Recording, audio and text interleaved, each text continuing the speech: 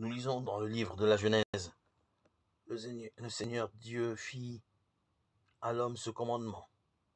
Tu peux manger de tous les arbres du jardin, mais de l'arbre de la connaissance du bien et du mal, tu ne mangeras pas, car le jour où tu en mangeras, tu deviendras passible de mort. Par cette image, la révélation enseigne que le pouvoir de décider du bien et du mal n'appartient pas à l'homme, mais à Dieu seul. Assurément, l'homme est libre du fait qu'il peut comprendre, recevoir les commandements de Dieu. Il jouit d'une liberté très considérable puisqu'il peut manger de tous les arbres du jardin, mais cette liberté n'est pas illimitée. Elle doit s'arrêter devant l'arbre de la connaissance du bien et du mal, car elle est appelée à accepter la loi morale que Dieu donne à l'homme.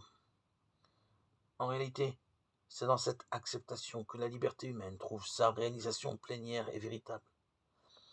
Dieu, qui seul est bon, connaît parfaitement ce qui est bon pour l'homme en vertu de son amour même. Il lui propose dans les commandements de la loi de Dieu. N'atténue donc pas la liberté de l'homme, et encore moins ne l'élimine, au contraire. Elle la protège, la promeut,